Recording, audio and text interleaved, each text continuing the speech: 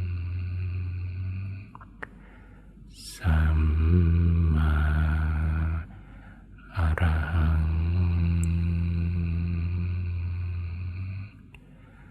สัมมาอรหังสัมมาอรหังสัมมาอรหัง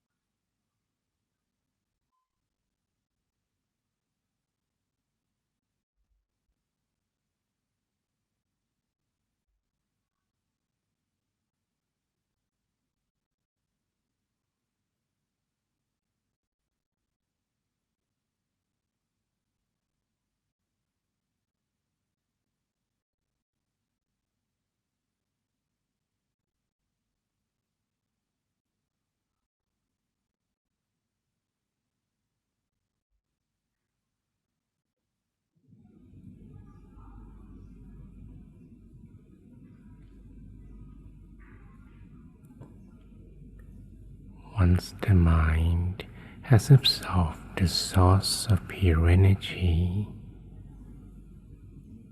imagine that the energy radiates outwards in all directions. Gently visualize the pure energy taking a form of a crystal sphere growing larger to cover our entire body, to cover all in our families, our neighborhood, and everyone in the world, no matter who they are. We deliver a positive intention with a growing pure energy full of love and compassion to all. For those with suffering, may they be free from sadness and pain. For those with happiness, may they be happier. Imagine that we also deliver our positive intention to everyone in the country, neighboring countries, or continents,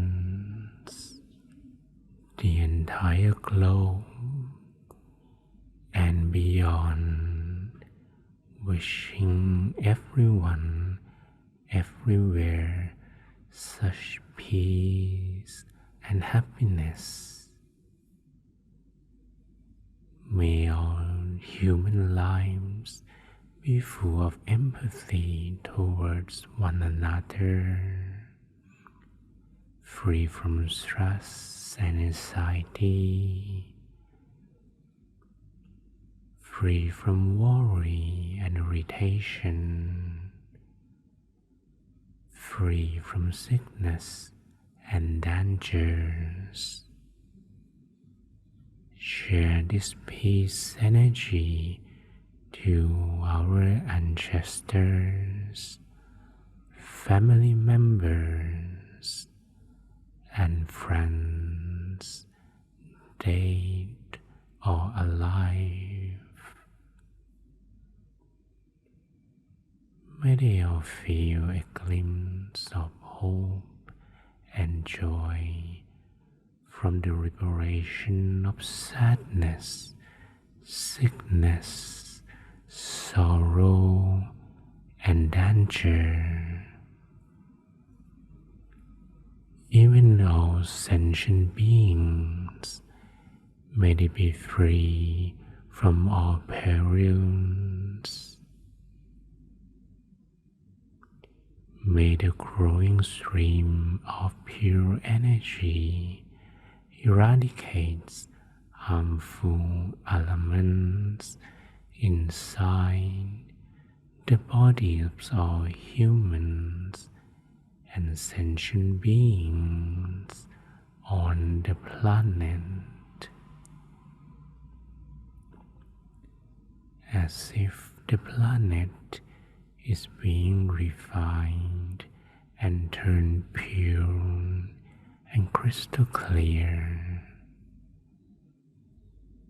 Let only purity and quality remain without the virus that infects our human bodies, causing sicknesses and physical health problems,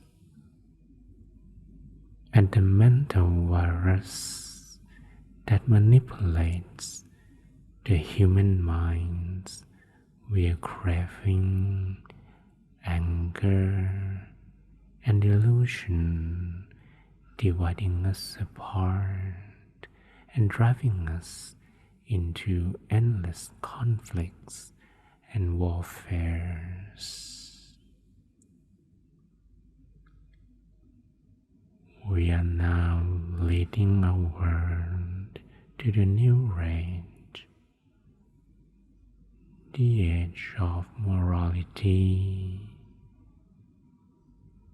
that emerges from the pure energy in our hearts.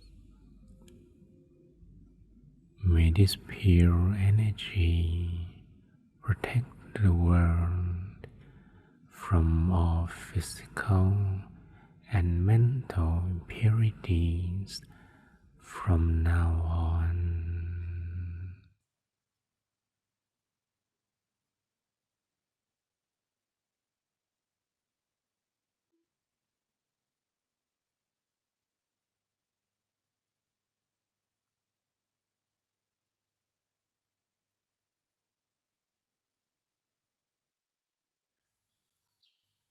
We have come to an end of the meditation. I would like you to prepare yourself by taking a deep breath in and out a few times. Breathe in and out long, softly, slowly. Feel the environment, everyone and everything around you. Feel every part of your body. And once you feel you are ready, you may softly, slowly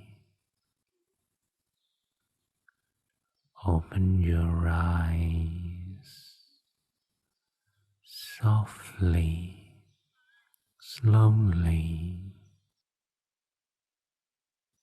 open your eyes.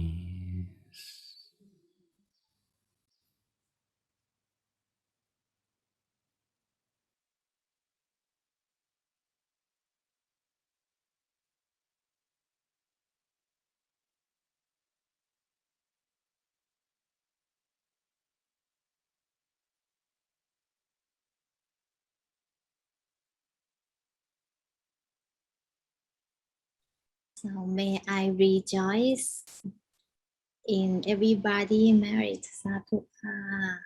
So how was your feeling right now? How was your experience during these meditation sessions?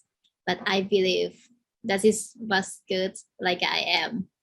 It feel peace and feel a little bit happy right away. During this short time we do the meditation together. Like I said before, after these sections will be a viral video sections of Venerable Nick, the one who used to be like a YouTuber before he turned into a monkey.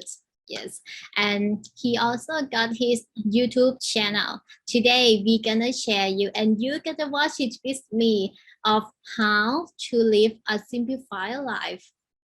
And I got two viral videos for you today. The first one, how to get a simplified to your life, and the second one, how to forgive. It sounds easy. It sounds like I can do it. I can do it for sure. But in fact, can you really do it? Maybe not. And sometimes life is tricky. Sometimes life is chaotic, confused. How can you simplify it? How can you hold on this? Sometimes you don't know, right? Like I am. Sometimes I don't know how to resolve my life, my problem. Today we're gonna watch it together. We're gonna watch a viral video, which is many thousand people watch in the YouTube, and I'm sure that you're gonna get a lot from this video. And this video also presents how to use think for the intent purpose. All right, so I think the video is ready. So let's watch it together.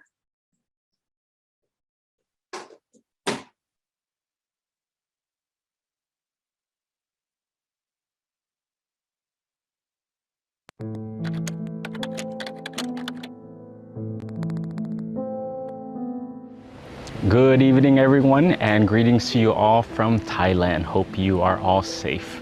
And the topic today is how do you live a simple life? Each week for me is I try to bring in and introduce new concepts each week, just a small one. Also to share with you different tools that you can utilize and implement into your life to help to improve it.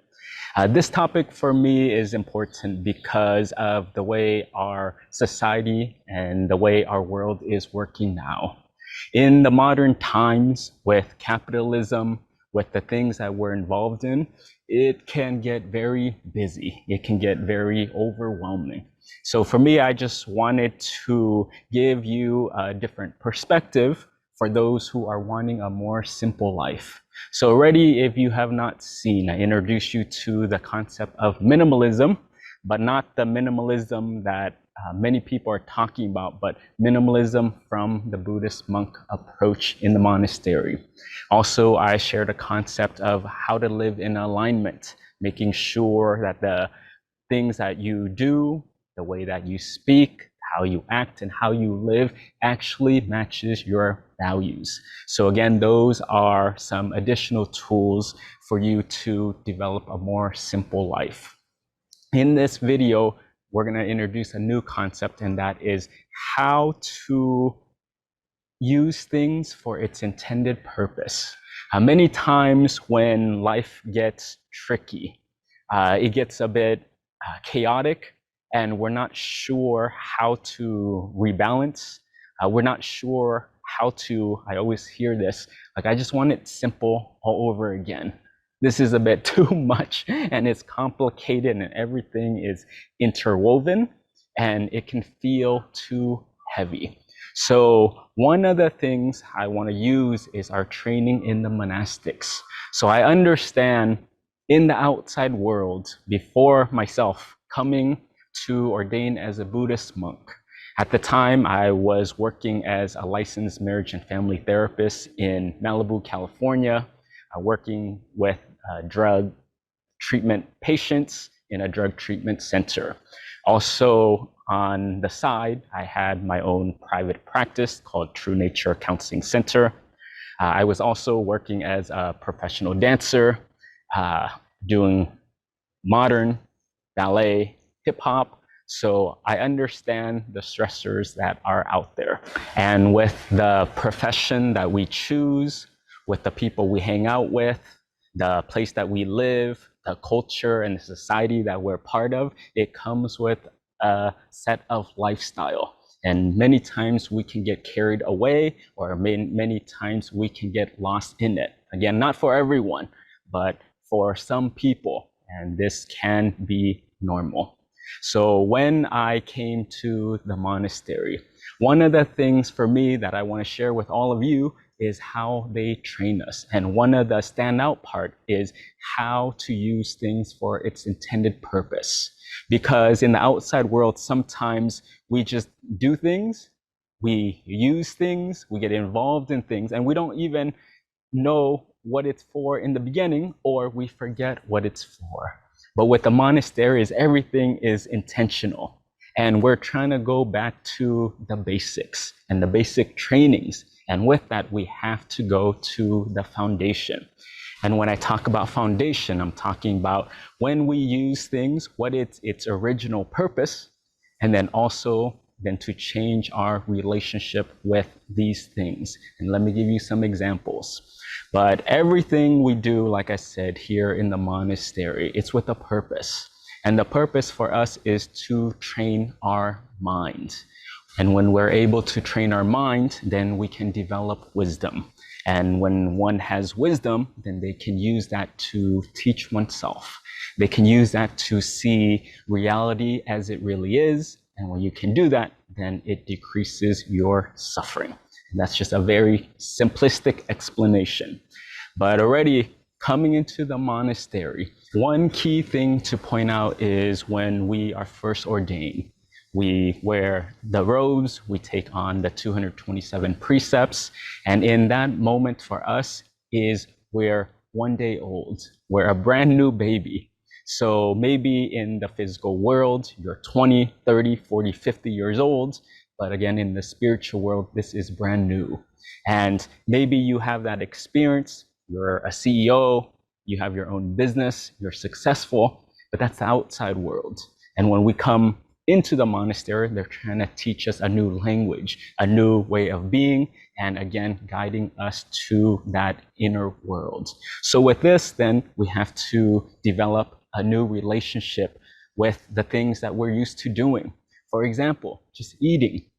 When we're in the outside world, and I'm speaking for myself, back in my old life, for me, I was eating 6 times a day. I was on a meal plan. Every 2 hours, I would eat, depending on if I was bulking or if I was cutting. It would be around 1,600 calories when I'm cutting. And again, this was for the purpose of the looks, the vanity. And I'll be honest, because as a professional dancer, as a person living in the lifestyle that I was living, it was important. And with that, then my relationship with food began to change, where I did not care about the nutritional value, or at least it was not the priority, but then the goal for me was to have the results of the appearance, the vanity metrics. So when we come to the monastery, we learn that what is food for originally? And what they teach us is that food is for sustaining of the body. And that's it. That's why we eat, to sustain ourselves so we can be alive. And in our world is when we are alive, then we can have another day to practice ourselves, to improve ourselves, and to develop our mind. So coming from a world where I was eating 6 times a day, what I wanted, the way I wanted, to now learning how to use food for its intended purpose. Here we eat only 2 times a day. So breakfast and lunch. And then the rest of the time, it's empty simply because in the monastery, we don't need that much energy. Our focus is really on meditation and our meditative experience and practice. So with this kind of lifestyle, it's just not required. So was it difficult in the beginning? And my answer is yes, it was very difficult in the beginning, simply because I was used to the taste. I craved hot foods. I craved spicy foods. I have different palates, and for me, it was regarding preference. I want this, I want that. I want coffee that happens to be Starbucks because it tastes amazing. Not just regular coffee, but the Starbucks coffee that I'm used to. And I want it cold with ice and with whipped cream. So again, these are the things that we're used to. But coming here, it was teaching ourselves just the bare minimum, just the bare essentials, and then it teaches us how to just get the right amount. The right amount for what? And again, the right amount to sustain ourselves. To consider that if you get too much, then you get tired. And when you get tired and sleepy, then it affects your meditation. If you don't get enough food, then you'll be hungry for the rest of the day. So for us it takes time to gauge what our body actually needs in a full day based off of your activity level. How much food is the middle way for you to sustain yourself, where you can still be effective and nourish your body to continue on for another day. And that's what the monastery tries to teach us. Again, just a simple example of our relationship back with food. Another one that I can share is regarding clothing. Clothing back home for me was having a walk-in closet, having different outfits, different colors, different types of style for different seasons, when it's cold or when it's hot, when it's fall or when it's spring. But here in the monastery is we just have 2 sets of robes. One is the one I'm wearing right now, and then the second one is hanging on a rack because I did laundry this morning, and just for cleaning purposes, it's hanging to dry, and then we rotate it again. So what we're wearing here is not for fashion, is not for status. It's not because we're trying to match and orange is the new color for this season, but that's not how that works. For us is the robes, clothing is simply to protect us from the outside elements, from bugs, from insects. It helps to insulate us from the heat, or it keeps us warm when it's a bit too cold. So this is our relationship with clothing. Other ways that we're taught is just even with the bedroom. What is the purpose of the bedroom? And here is for sleep. And sleep means we just have a simple mattress. And when I say mattress, I mean a blue, thin yoga mat and also a net that is there to protect us from the mosquito. For my blanket is this robe, and then also the other set of robe, the one that I was sharing with you earlier that is out to dry. We fold that one, wrap it up, and then use it as our pillow. So in this area where when we wake up, we make our bed, and then we're out for the remainder of the day. But this room is not where we're here to have meetings. This room is not our kitchen. This room is not where I just lounge around, but again, it's for sleep. So when we use this room for its intended purpose, then already when we come to this space, our mind already knows what it's for. It's time to sleep. Close your eyes, do your evening routine, and it's done. And it's very nice and clean. So these are some of the few examples that we do here in the monastery. And again, this is intentional living. We're going back to the foundation and the basic premise of how to use things for its intended purpose. So why am I sharing this? And for me, I'm sharing this because it can give you an example of how we train ourselves in the monastery. Secondly, it can give you an overview that you can apply to your life if it gets a bit too complicated. And when it gets too complicated, then simplify. Go through your life and see, am I using the things for its intended purpose? And I find that when people do not use things for its intended purpose and they use it for other reasons, then it gets complicated. And if you're not mindful, you can get lost in it. And when you're lost in it and not mindful in it, it can lead to degrading mental health. Your mental health can decline, and if it gets more serious, it can even lead to mental health disorders. So for me, this is one option for you and a tool just to have in your back pocket. If your life is working and there's no issue, not a problem. But for you, if your life is a bit too complicated and at any time you want to switch to reboot a little bit and come back to the basics, try this. Now with this framework, run through your life and see where can I make some tweaks or get back to the intended purpose. Here are some examples for anyone who is out there listening. What is your relationship with social media? And people always ask me when they come to Thailand, and they say, Venerable Nick, is social media bad? And for me, it's neither. It's not good nor bad, because what is its intended purpose?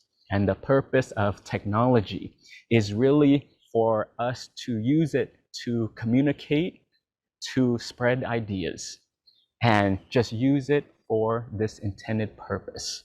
So without knowing that and using it for that specific reason, then a lot of our youth are getting into trouble and experiencing a lot of suffering because then they use social media for validation.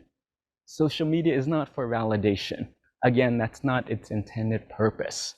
Social media is not for the vanities and to acquire your status. Yes, you can gain it. Yes, it can come with it. But again, that's not its intended purpose. And people keep getting in trouble for this. And then they're hooked. And then they're addicted. And then now you're attached. Because why? Because it might be, one reason is because you're using it for the wrong reasons. You're using it for an inaccurate intent. How about food for you? Is food to sustain your body? Is that what you eat it for? Or for you, is food just for pleasure and for the taste? Is food for you to achieve a certain desired result? Is it for the abs? Is it to cut the weight so you can be skinny? Is it so you can look more pretty? Is it so you can gain more muscles?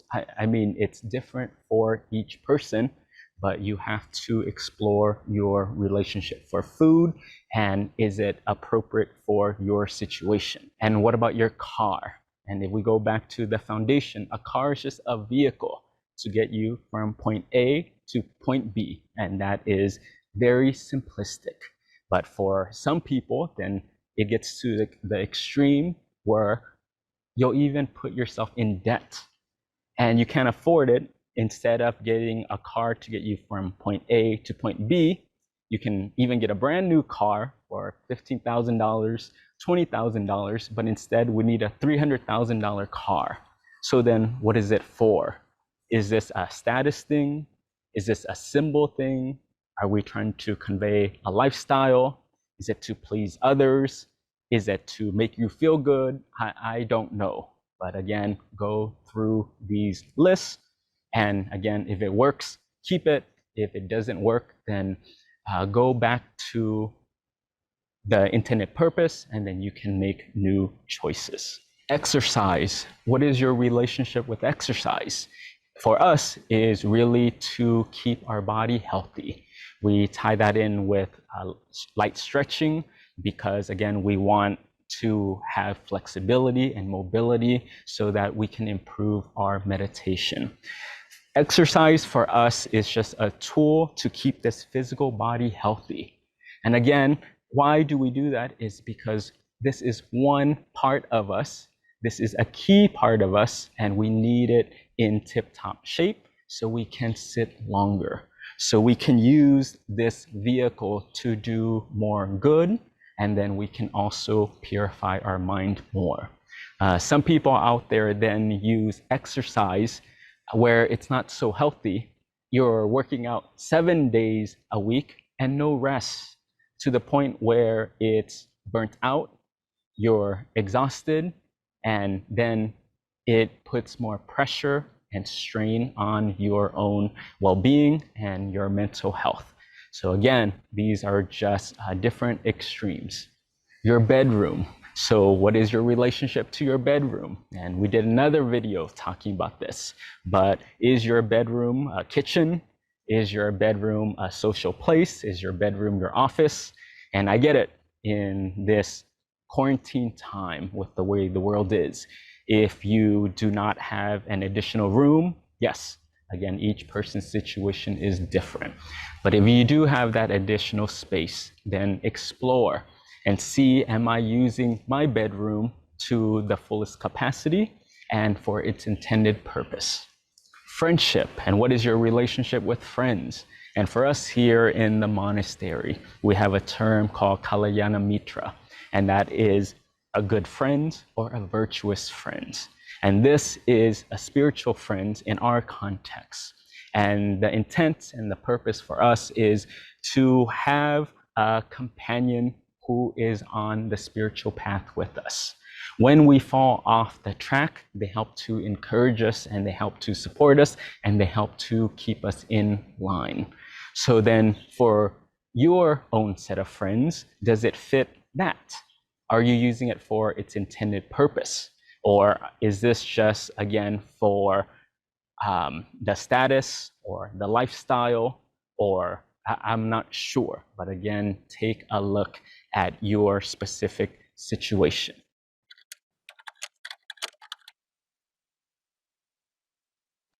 So I share this as something to consider. And again, everyone's situation is a bit different. And depending on the different phases in your life, the lifestyle that you engage in, the kind of work that you do, all of this will vary. But it's just food for thought. Again, if it helps you, use it. If it doesn't, then you can discard it. But my intent for this really was to just introduce the concept of using things for its intended purpose. And when you can do this, I just feel that it makes life so much simple and so much easy. So give it a try. And as always, greetings to you all the way from Thailand. And I hope you're all safe. Satu.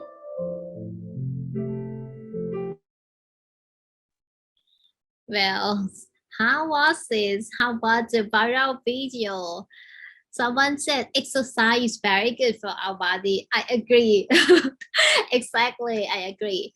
And another one said that Kalayana Meet Malaysia Power Group Kedah Malaysia. Wow, good. That's good.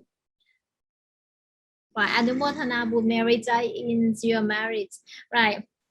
So, like a venerable talk that when the factor in our life, the environment, including the bedroom, dining room, bathroom, or even your car, everything is related to the concept of your life. Can we just make it minimal, or we just respond it our needs, right? So we can recheck if is it necessary or just respond to your need. So I be the one who will recheck if it's necessary to my life, or I can just stand minimal. All right. So you can share with me. You can share with me in the chat box if it is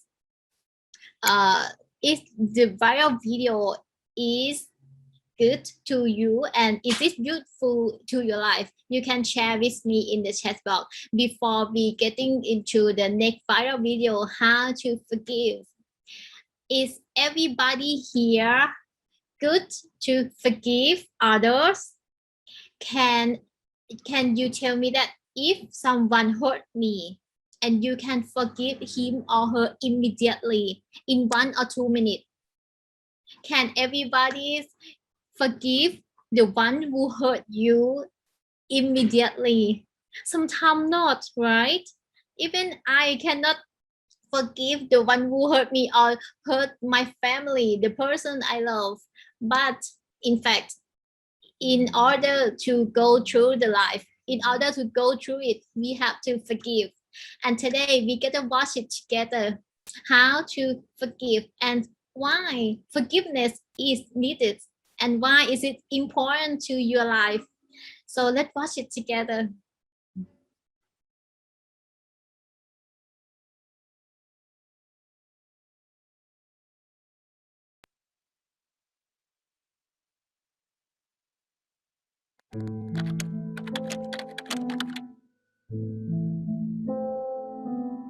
Good evening, everyone. So today's topic is about forgiveness. For those who are struggling with this issue, I hope this video can give you some tools or give you some insight to help you with your situation. To begin with, I just want to share that a couple of days ago for us, we just entered the Rains Retreat. And what that is here as Theravada monks, and for monks who are in Asia, is we enter this 3-month period. So we take a vow in a specific location, and in this time for us, we're not able to travel. We are staying put for the next 3 months. And in this time for us, we do our studying, we practice our chanting, we do our meditation, and it really is putting everything else on hold. And again, keep deepening our practice.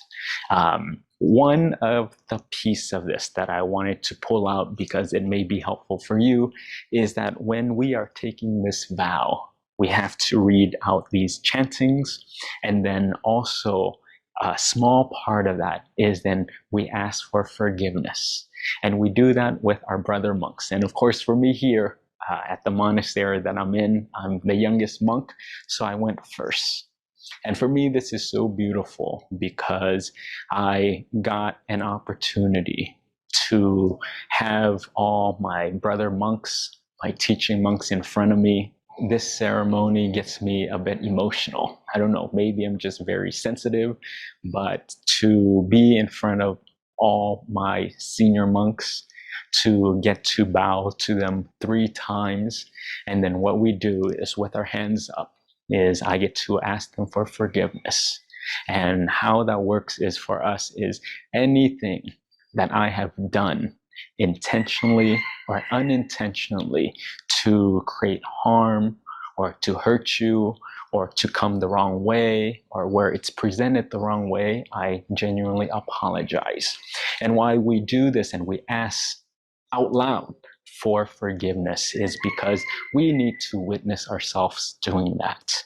We also need to be witnessed by the people who are in the rooms from our brother monks.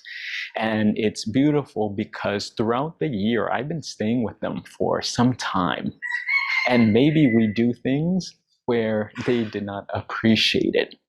Maybe they did not approve of it. And we didn't even know. And sometimes for us, even when they do know, we still talk bad, or we still have an attitude, or we still do things with intention or with malice or ways that may have some effect. And in Buddhism, we know that karma, the concept of cause and effect, is so critical with us. This drives our practice. And we understand and we believe that when you do something, it has an effect. So when you do good, it has good effects.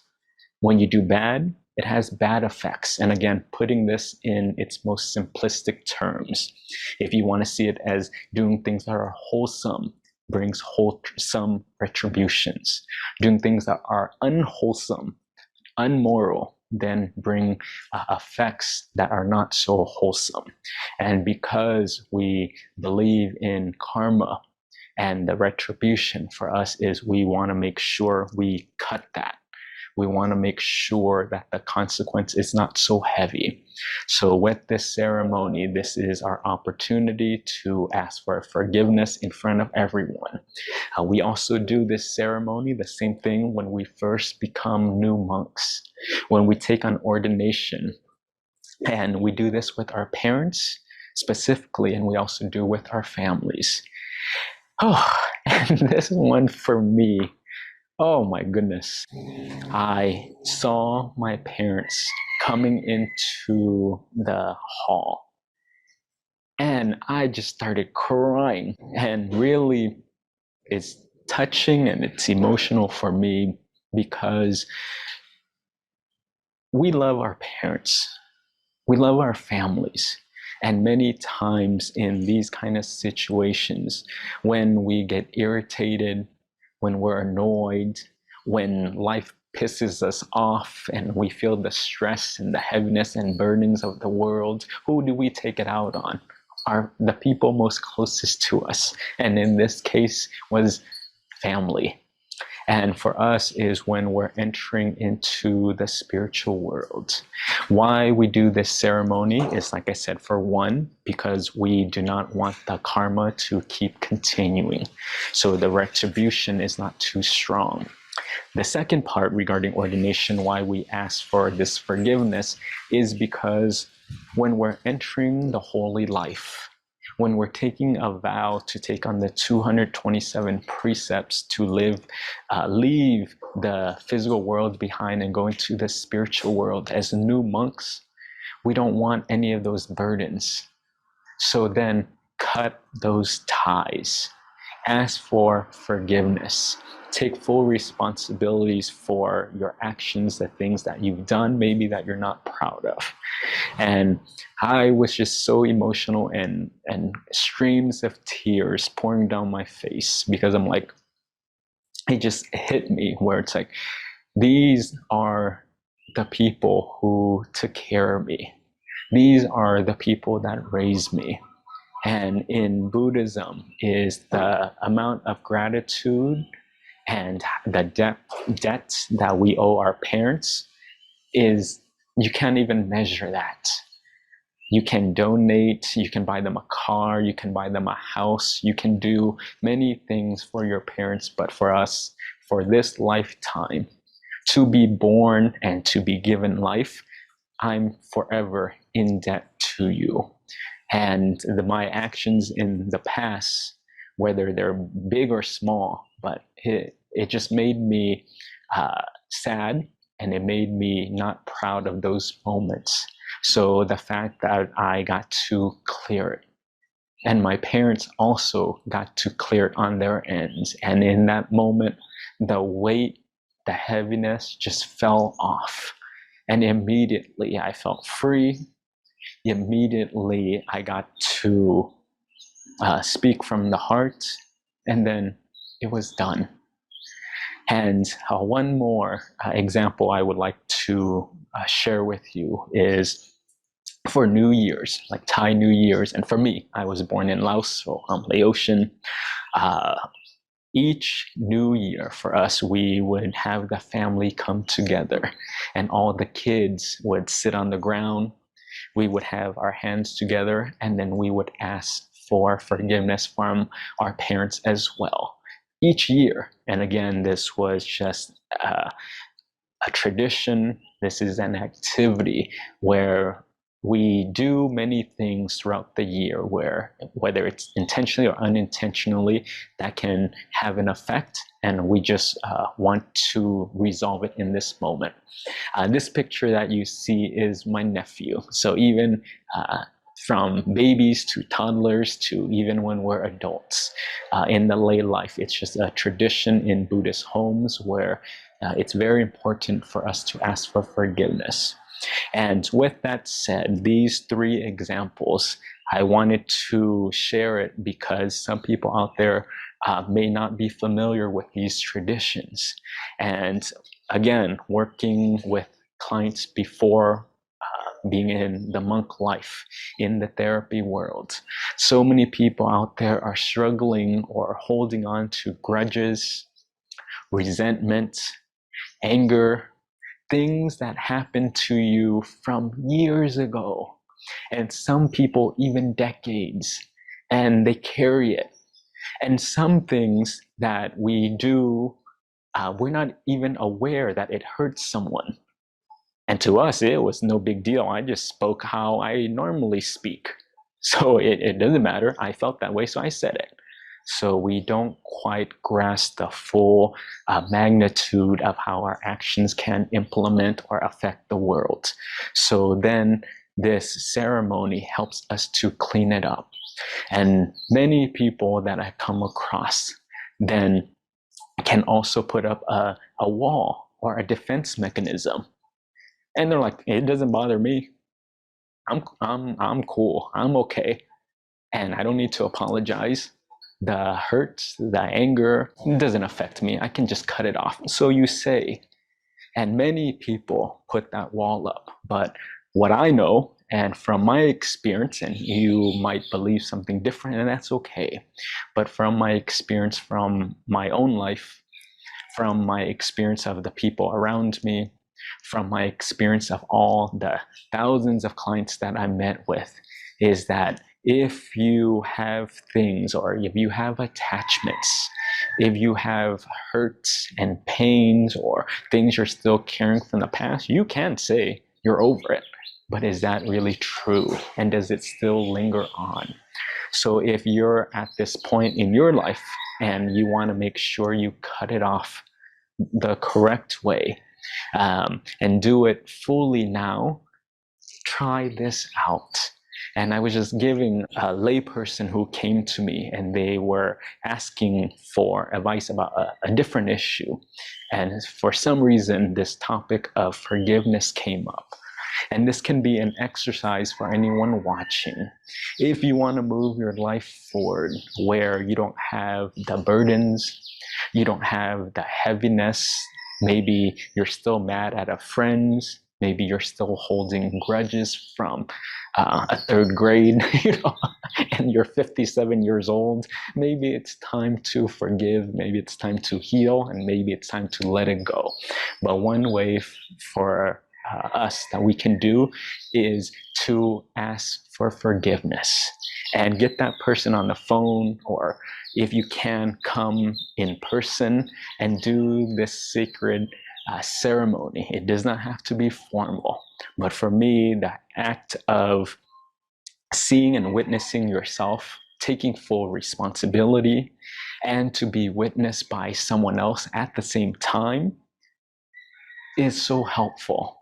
So one of the exercise that I did a while back was really because I knew I wanted to move my life forward, and I just needed all the energy at that time, and I was just over it. And what I did was I just made tons of phone calls and tons of appointments, and those who I have relations with, I need to just address any unresolved issues. So I would call them, set up an appointment, and right there, anything that I've done to intentionally or unintentionally harm you or hurt you or have an effect on your life, I sincerely take full responsibility and I ask for your forgiveness. And then you're done, and now you can be free, and the retribution can be less, and then you can continue on with the rest of your life. One tool, a caveat for those who do this practice, it really is a way where when you do it, make sure do not engage in a conflict afterwards. Don't then, if someone says anything to you after, you apologize to your parents and your parents have a reaction and they begin to criticize you of your behaviors, then for me, I would say, just give them that space. It's okay. And they can have their own experience. But what is even most important, the number one most imperative thing to take away from this is you're doing it for yourself. Hopefully, if they have that wisdom, they can gain that benefit also. But you can't control that. What you can control is, again, your own experience. You can control your own actions and take full accountability and free yourself. And this can be a game changer, and this can be a tool that can free you moving forward. And now, with that free energy, pursue your life. Let's do what needs to be done, and life is too short. So let's do the best we can. But with that said, I hope it is helpful. If you have someone you still have something to address with, or unresolved issues, or you need forgiveness, clear it. And hopefully you can take this tip, and I genuinely hope this is helpful. So with that said, again, as always, greetings to you from Thailand and blessings to you all. So Satu.